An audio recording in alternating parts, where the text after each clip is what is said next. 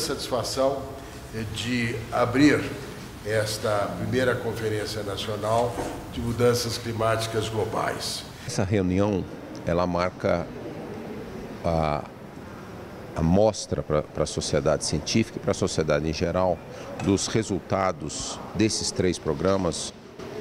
Em ordem cronológica, o Programa FAPESP de Pesquisa sobre Mudanças Climáticas Globais, o Instituto Nacional de Ciência e Tecnologia para Mudanças Climáticas, o INCT para Mudanças Climáticas e a Rede Clima, Rede Brasileira de Pesquisa e Mudanças Climáticas.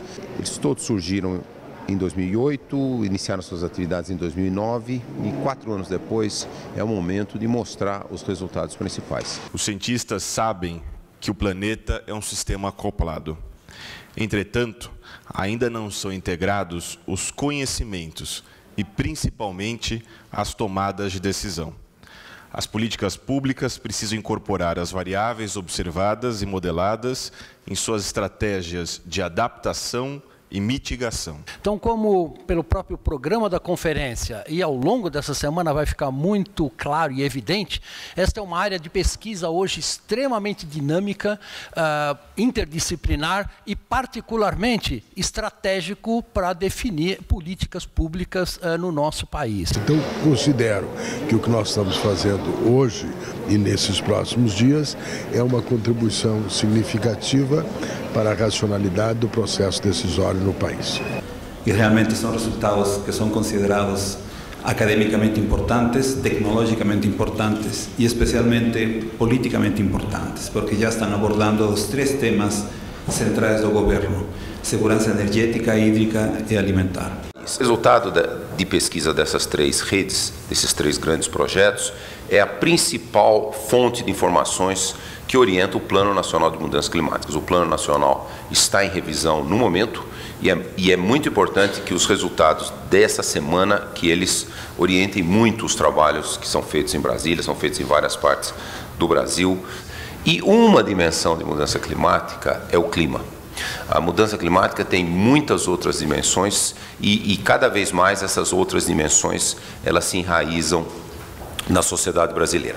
No entanto, a sociedade é um sistema complexo, altamente não linear, e deixo com vocês esse desafio de nós tornarmos a ciência de primeiro mundo, de altíssima qualidade que nós produzimos, se tornar um elemento de mudança de paradigma no Brasil, que entende o meio ambiente, e o meio ambiente envolve a sociedade, envolve as crianças nas escolas, envolve a saúde de todas as classes sociais, nesse desafio que as mudanças climáticas representam. Com o clima, ela representa um ponto seminal na pesquisa em mudanças climáticas no Brasil, porque ela traz à consciência o volume de pesquisa já feito e o volume de pesquisas ainda muito maior que nós precisamos fazer. O sea, a novedade aqui que estamos apresentando de uma vez os 3 programas, os resultados de anos e anos de pesquisa, não?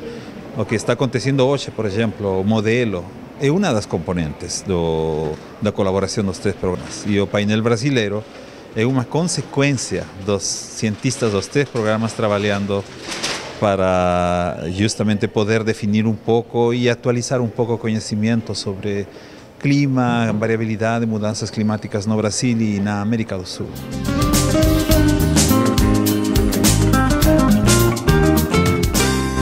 O modelo brasileiro do sistema terrestre, ou BESM, ele é um eixo estruturante da pesquisa em mudanças climáticas no Brasil.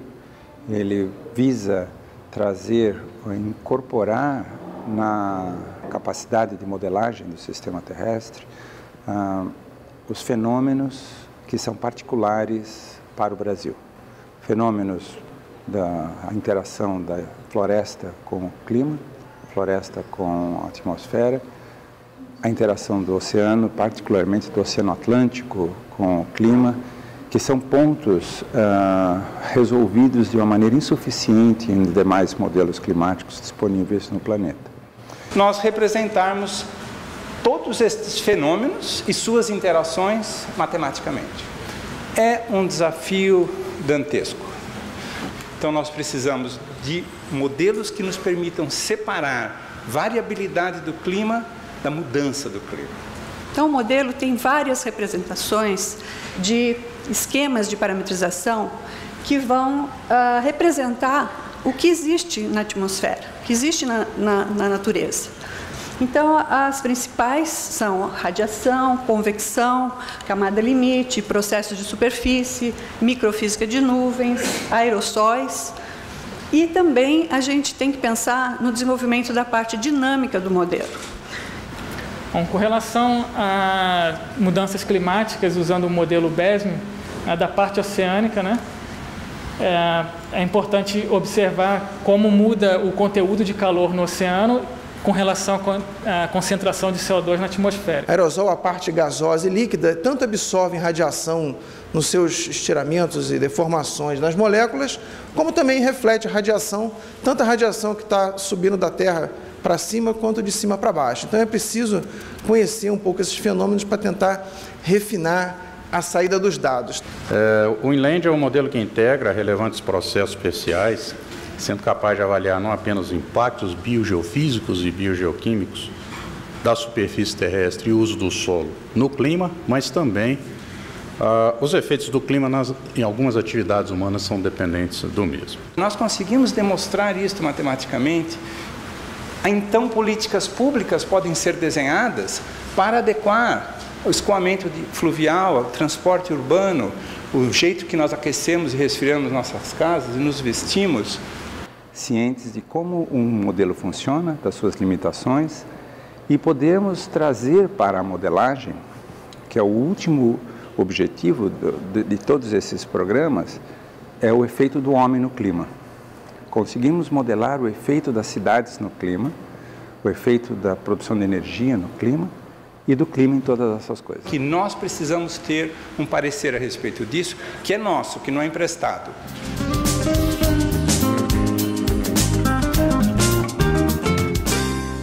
O painel brasileiro de mudanças climáticas, ele foi criado em 2009 por dois ministérios, o Ministério da Ciência, Tecnologia e Inovação e o Ministério do Meio Ambiente, e ele foi estabelecido nos moldes do próprio IPCC, né, o painel intergovernamental de mudanças climáticas. O papel do painel é produzir esses relatórios que nós chamamos de relatórios de avaliação nacional sobre mudança do clima, que reúne uma compilação de toda a informação disponível sobre clima no Brasil. Não são três grupos de trabalho, um grupo sobre a base científica, outro sobre impactos, vulnerabilidade, adaptação e um terceiro sobre mitigação, ou seja, como combater o aquecimento global. Então, o que vai ser discutido hoje na tarde são os sumários executivos dos três programas. O painel produz um relatório científico, que são como 300 páginas, mas também tem um sumário executivo. O sumário executivo é uma coisa de 30 páginas que está elaborado em um linguajar para o tomador de decisão, para o público em geral. O IPCC é uma coisa global, mas o painel brasileiro é uma coisa muito regional. Por exemplo, você fala do Vale do Paraíba, que é extremamente importante economicamente. No painel brasileiro temos detalhamento para essa região. O que nós temos visto, efetivamente, é os resultados que contêm o relatório, e esses que vão sair, inclusive, do próximo IPCC, mostram claramente que a temperatura está aumentando. Nós temos elevação no nível do mar, mudanças nos extremos climáticos, mudanças na precipitação e impactos no ecossistemas e retrocesso de geleiras, né, coisas que nós não mostramos aqui. Isso tudo tem impactos ambientais e, sem dúvida alguma, tem uma consequência social extremamente grande. Uma outra vantagem do relatório foi descobrir as lacunas em termos de pesquisa, em termos de falta de pesquisadores em determinadas áreas, falta de dados, principalmente, que é extremamente importante. Se nós queremos entender o clima, nós temos que ter dados, e dados de longo período. Então, há regiões no Brasil em que esses dados não existem, né? Nós temos uma concentração muito mais próximo da nossa costa, até foi em função da maneira com que nós somos colonizados, e na parte mais central, na parte norte, muitos poucos dados. Um aspecto fundamental que eu não posso deixar de registrar, tá certo? Que foi chamado a atenção, mais uma coisa importante nesse relatório, nesse primeiro relatório de avaliação nacional, que é a falta de informações que nós temos sobre o oceano. Sim, os fenômenos naturais, e o ser humano está inserido nisso, não tem como evitar, são fenômenos incertos. Então, a gente precisa de observação para poder falar de incerteza. né? Precisamos de série longa de observação, né, para trabalhar a incerteza e trabalhar a probabilidade. Então, nós temos um longo caminho a perseguir nessa questão dos oceanos. O nosso grupo, ele trabalhou com impacto, vulnerabilidade e adaptação às mudanças do clima. Então, tinha como coordenação aqui o Antônio Magalhães, eu, e a ideia era, à luz do que o grupo 1 estaria mostrando com relação a esses impactos, ou a essas possíveis modificações, como é que essas coisas iriam atingir a sociedade brasileira. Você só pode discutir impacto, vulnerabilidade e adaptação se você conhecer melhor as bases científicas. Então, tendo isso, as projeções de aumento de temperatura, as questões de oferta de água, como é que isso vai impactar no ciclo hidrológico, aí você começa a ver um pouco mais a dimensão humana disso, né? Como é que isso vai chegar até o homem, né? E foi esse um pouco a ideia do nosso grupo que tratou, então, desses impactos, como é que a temperatura e a chuva vai alterar o nosso modo de vida daqui para frente, e adaptação. O que nós temos que fazer para viver com esse novo cenário de aquecimento global? E trata aí da mitigação das emissões de gases de efeito estufa em nível global. Posteriormente passa a mitigação das emissões de gases de efeito estufa no Brasil até 2020, que são as projeções e as perspectivas de mitigação das emissões em longo prazo, e apresenta então aí o escopo geral do relatório. Eu coordenei o grupo 3 do painel, que olhou as questões de mitigação nos diferentes setores da economia do Brasil, e, ao mesmo tempo, abordou também a questão das políticas nacionais e subnacionais com relação à mudança climática e um pouco também dos incentivos ou dos instrumentos econômicos que podem ser utilizados para mitigar as emissões. Mas, basicamente, a gente tem aqui diversas medidas de mitigação: eficiência energética, reciclagem, substituição de gás natural, substituição de solar térmica, substituição de fósseis por biomassa. O que o nosso relatório coloca é que, diferentemente do que muitas vezes os lobbies empresariais apontam, de que mitigar emissões pode causar recessão e desemprego, há sim uma série de oportunidades positivas de você harmonizar, né, a mitigação das emissões com um crescimento econômico e social. Não basta ser só planejamento estratégico, mas precisa que a gente tenha ações propositivas e estruturantes em todos esses pontos que foram ditos aqui. E esse é um aspecto importante quando se discute mitigação, ou seja, quanto mais tempo se define o que, ou quanto mais tempo se leva para se definir essa meta e implementar as ações de mitigação, maior vai ser o custo e mais difícil vai ser implementar essas ações de mitigação. Os eventos extremos estão aumentando, dias mais quentes e dias muito frios por curto espaço de tempo, e vão atingir as populações menos assistidas.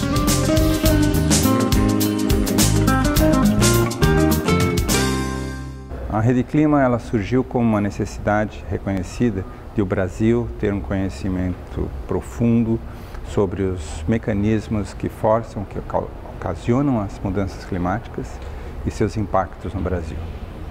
Disso surgiu a rede, que inicialmente 10 áreas de conhecimento evoluíram para 13 áreas de conhecimento dos oceanos, agricultura, economia, modelagem, recursos, energias renováveis, enfim. As 13 áreas cresceram nesses 4 anos num volume de produção, de conhecimento, que fez com que nós chegássemos ao presente com a realização de que necessitávamos agora fazer trabalhos de pesquisa conjunta. São trabalhos transversais de pesquisa envolvendo as diferentes sub-redes da Rede Clima. Então, qual o impacto das mudanças do clima na disponibilidade dos recursos hídricos nas bacias hidrográficas brasileiras? Como as mudanças climáticas influenciam a ocorrência de eventos extremos? E como os resultados da sub-rede podem contribuir para o desenvolvimento de estratégias de adaptação? O Plano Nacional de Agricultura de Baixo Carbono é o suporte à tomada de decisões para a definição de políticas brasileiras. Boa parte desses trabalhos que são feitos, principalmente no esquema da Embrapa, eles são encaminhados praticamente diretamente ao governo, para tomada de decisões em nível nacional. é ampliar essa participação das energias renováveis na matriz energética mundial, dado que os esforços de instrumentos econômicos, como foram o caso do Mecanismo de Desenvolvimento Limpo ou outros de acordos de redução de carbono, têm tido pouco efeito na redução de emissão de gases de efeito estufa. Uma questão muito importante, dentro do contexto de um país mega diverso, quais são os ecossistemas desses do país a serem mais afetados, que já estão sendo afetados pelas mudanças climáticas? E quais os efeitos nesses ambientes? Quero avaliar o estado do conhecimento, né, das zonas costeiras, os diversos ecossistemas que compõem a nossa zona costeira, identificar deficiências, lacunas, né, onde é que nós precisamos investir mais na formação de recursos humanos e o que é mais importante diante do quadro das mudanças climáticas. Então, todo esse aquecimento que está ocorrendo no planeta, o oceano está absorvendo bastante dele, muito dele é absorvido pelos oceanos, né? E essa absorção, tanto do calor, né, como do CO2, provoca alterações nos oceanos também. O aumento do nível do mar é um deles, né, e o outro, né, a acidificação dos oceanos, que é uma coisa que nos preocupa muito. O que fazer para que eventos extremos não se tornem desastres naturais? A gente tenta focar em estudos sobre os eventos, conhecer melhor esses eventos, a variabilidade temporal, espacial, se vai haver um aumento da frequência desses eventos, aonde esses eventos vão ocorrer, né, diante das mudanças climáticas e projeções futuras, né, para ampliar a nossa capacidade de prevenção, né, e usar isso em sistemas de alerta. Nós sabemos que os impactos diretos estão ligados principalmente aos desastres. Então, com a questão das ondas de calor, com as inundações, com as secas. E com isso, nós fazemos um trabalho exatamente na área de saúde, educação e meio ambiente, que eu acho extremamente importante.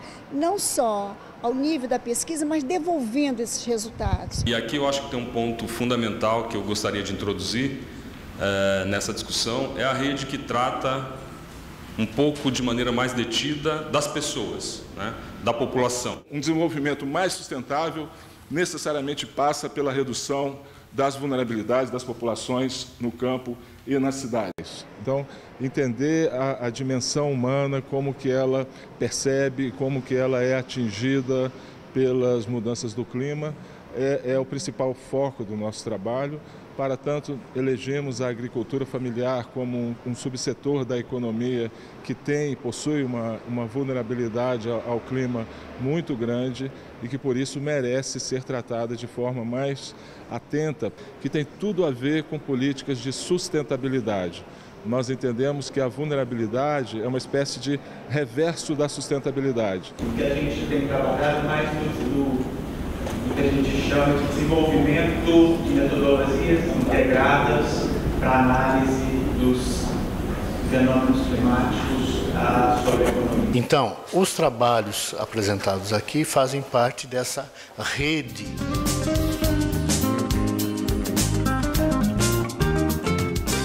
O INST é uma iniciativa da CNPq, FAPESP e da CAPES.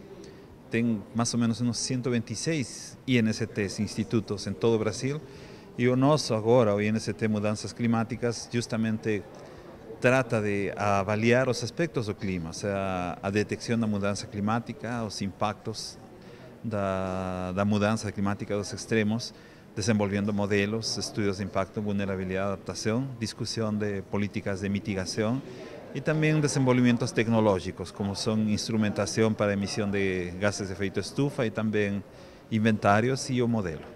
Então, o que está sendo discutido hoje de manhã e hoje pela tarde são alguns dos resultados de alguns dos projetos. Já são 4 anos do INST. O projeto procura obter séries históricas dos principais gases de efeito estufa, metano, CO2 e óxido nitroso. Existe alguma tendência ou mudança nas frequências e intensidades de descargas elétricas no Brasil, associadas ao aquecimento global nas grandes cidades? Então, a ideia inicial, né, quando o INST foi pensado, era de estudar principalmente o efeito dos oceanos na zona de convergência do Atlântico Sul. sobre a biodiversidade e afetam também os chamados serviços ambientais ou serviços ecossistêmicos, como a proteção de solos, recursos hídricos e a própria regulação do clima. Tem uma outra linha de trabalho de oficina participativa que ajuda a parametrizar os modelos. À medida que você vai aumentando a taxa de desmatamento, você aumenta a incerteza. Isso é uma das coisas que a gente sabe, aumenta a incerteza. Como que funciona o acoplamento floresta e atmosfera e, posteriormente, caso não tenha mais floresta, de uma área de pastagem, de uma área de uma cultura agrícola, com essa mesma atmosfera, para tentar entender esses mecanismos e fazer previsões futuras. Essa questão do carbono, por que promover esse vínculo entre floresta e carbono? Porque é o espaço mais curto, vamos dizer assim, entre a valorização de um serviço ambiental, no caso o sequestro de carbono, e o pagamento por ele. Qual é a natureza das informações que a população está recebendo? E que não é só comunicar a ciência melhor, mas que nós temos que entender isso tudo como estruturas sociopolíticos e econômicos. Já temos décadas desses alarmes, mas não temos visto respostas. Então, temos que entender por que as pessoas não estão agindo. Quem usa essas informações e para quê? Por que não estão usando?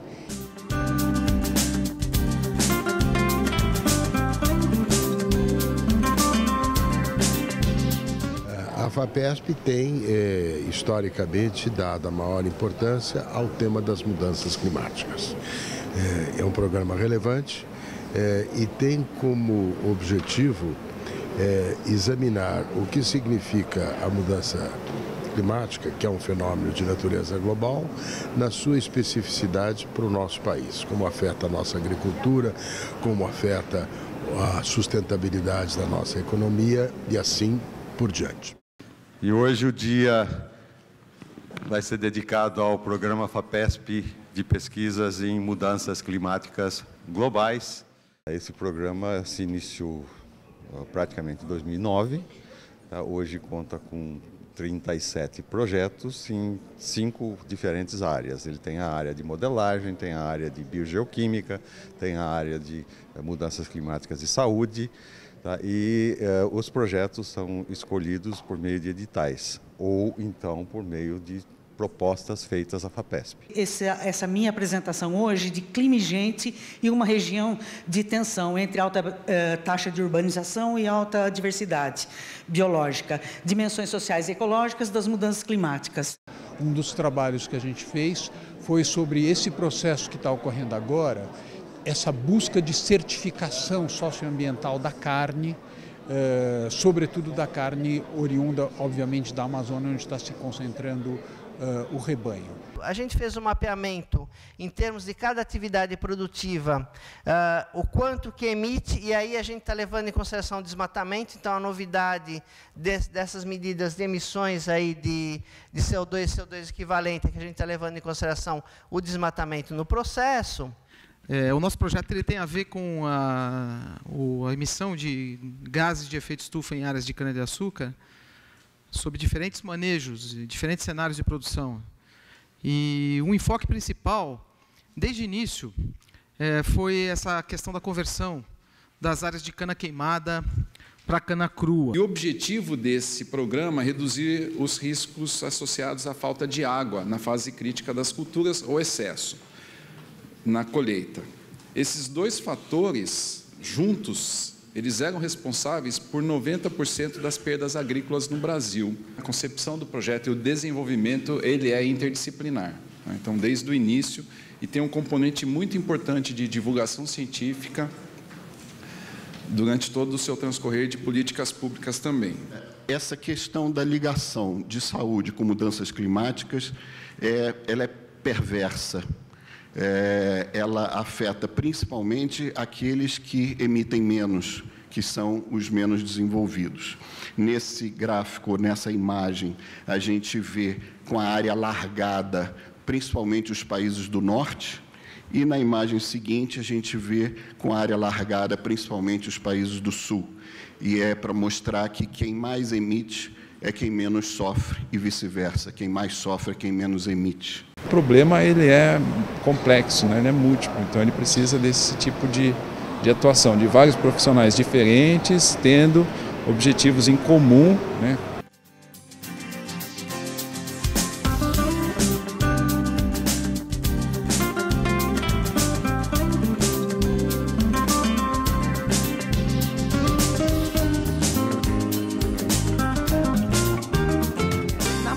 Eu acho que quando se fala em mudança climática, em mudança ambiental, a gente fala em mudança hidrológica no regime dos rios. Então, para a comunidade, para a população, o que é importante não é se vai chover menos ou mais, é se o rio vai subir mais ou se o rio vai secar. Então, essa incidência de eventos extremos, aumento da variabilidade interanual, tem levado uma redução que a gente chama de resiliência, né? Essas comunidades não estão perdendo a habilidade de responder a esses eventos extremos. Então, esse é um aspecto e a gente está tentando articular um incremento, uma ajuda na criação de políticas públicas que levem em consideração a dimensão local, o conhecimento local. Os impactos são locais e as medidas adaptativas, as respostas a esses impactos também têm um caráter local. Então, em que medida ou até onde deve chegar um plano nacional de adaptação é uma das dúvidas que paira sobre o grupo. Onde a mudança climática é um caso exemplar, em que houve diversos mecanismos, não só no Brasil, é um processo internacional também, e que acabou capturando o governo brasileiro numa esfera de influência da comunidade científica, daqueles que trabalham nessa área. É novo o Semadense, do ponto de vista de um centro nacional de referência. Isso a gente sempre tem brigado ter no país, um centro técnico-científico com essa característica de referência na parte de desastres. E é novo também essa situação que tem se afigurado nos últimos anos de recorrência de eventos extremos. Só o fato de lograr isso, só o fato de você poder trazer para a mesa e discutir gestão de carbono ou inventários, foi um passo muito importante, porque eles vieram para a mesa. Tá? Então, é importante, na hora da política pública, não é só o conhecimento do paper, da publicação. Vai aumentar a temperatura da Terra em 100 anos. Lamento, porque o que preocupa são se o Nordeste vai ter uma seca desgraçada, ou se você vai ter uma inundação gigantesca em Santa Catarina. Então, essas coisas é que mais preocupam, assim, né? Eu tenho que estar... Santa Catarina não pode ser pega de surpresa como foi Teresópolis e tal. E isso só vai piorar, né, segundo os cientistas. Então, são vários fenômenos que não devem ser olhados isoladamente. Tudo isso tem que formar um quadro coerente do ponto de vista científico. Inclusive, vários trabalhos apresentados aqui mostram como que o impacto afeta tudo, afeta a agricultura, afeta a manutenção da própria floresta, incêndios e tudo mais. Não é uma coisa assim linear, né? As coisas vão se interligando e aí você chega nesses impactos. Como o Brasil não explora a energia solar, que é tão abundante num país tropical como o nosso? O Brasil tem um enorme potencial. O Brasil tem o Nordeste com poucas nuvens, com muita insolação, muito espaço onde dá para colocar placas. O Brasil também tem grandes jazidas de sílica amórfica, uma das ironias da coisa. Os maiores jazizes aqui, que é um ingrediente fundamental para placas solares, só que se faz placa solar na China, não se faz no Brasil. Então, essas perguntas estão pendentes, elas não foram adequadamente respondidas nesta reunião, mas é parte do processo de desenvolvimento científico. Quais são aquelas práticas que nós vamos adotar que permitem redução de emissão? Por exemplo, vamos usar mais etanol e menos gasolina. O etanol emite 90% a menos do que a gasolina. Nos sistemas agrícolas, vamos trabalhar com sistemas que são fortemente sequestradores de carbono, né? Integração lavoura-pecuária, pastagens recuperadas, revegetação com espécies florestais, tudo isso ajuda a redução das emissões. E é muito importante que se faça alguma coisa agora para segurar o efeito estufa. Se não faz nada na próxima década, realmente estamos fritos. Dá para consertar? Dá. Podemos começar agora? Não, já devíamos ter começado há 30 anos atrás. Mas nunca é tarde para começar. Para reduzir as emissões tem que haver uma nova matriz energética no planeta, com energias que não emitem gases, as energias renováveis.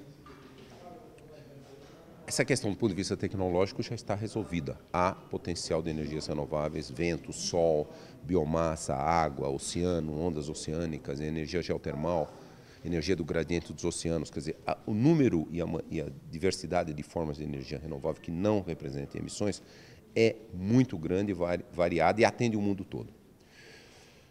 Agora, a vontade de mudar a matriz energética atual, que é muito dependente de combustíveis fósseis, acima de 80% na matriz mundial, para uma matriz energética renovável, essa inércia institucional e política é difícil de ser vencida.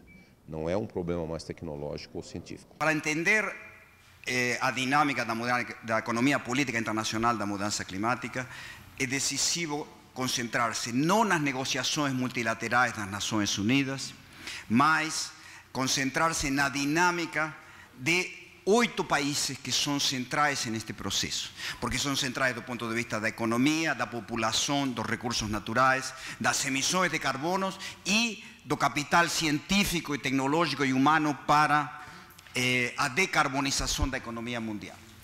E esses 8 países são, em um primeiro nível, Estados Unidos, China e a União Europeia, em um segundo nível, Brasil, Índia, Rússia, Japão e Coreia do Sul. O componente de ciência política da ciência social da mudança climática. Isto é, basicamente, todo acaba sendo uma questão apenas de policy e não de politics. Incluir muito a política no sentido de interesses em relação à mudança climática e não apenas a política pública em relação ao que deveria ser, qual é a melhor engenharia, digamos, para fazer, mas fica carente de quem são as forças que vão apoiar a introdução dessa, porque normalmente em toda a sociedade, em todo o sistema, nós temos forças inerciais. As forças inerciais são predominantes. Para introduzir coisas novas, você precisa coalizão, bases de apoio muito poderosas. Esse tem a ver tudo com estudo de arenas de interesses. A Conclima está mostrando mais uma vez a excelência da produção técnico-científica brasileira. Nessa área de mudança climática, isso é importantíssimo na tomada de decisão no momento atual. E o que vem sendo discutido aqui como um mantra realmente da importância dessa chegada da melhor informação para o tomador de decisão. E o que a gente tem defendido também é que quem precisa ser informado também não é apenas o tomador de decisão, né? Isso já é muito importante, já é um grande avanço se a gente consegue fortalecer esse canal que o MCTI em especial tem, né, no seu DNA, como na importância máxima, né?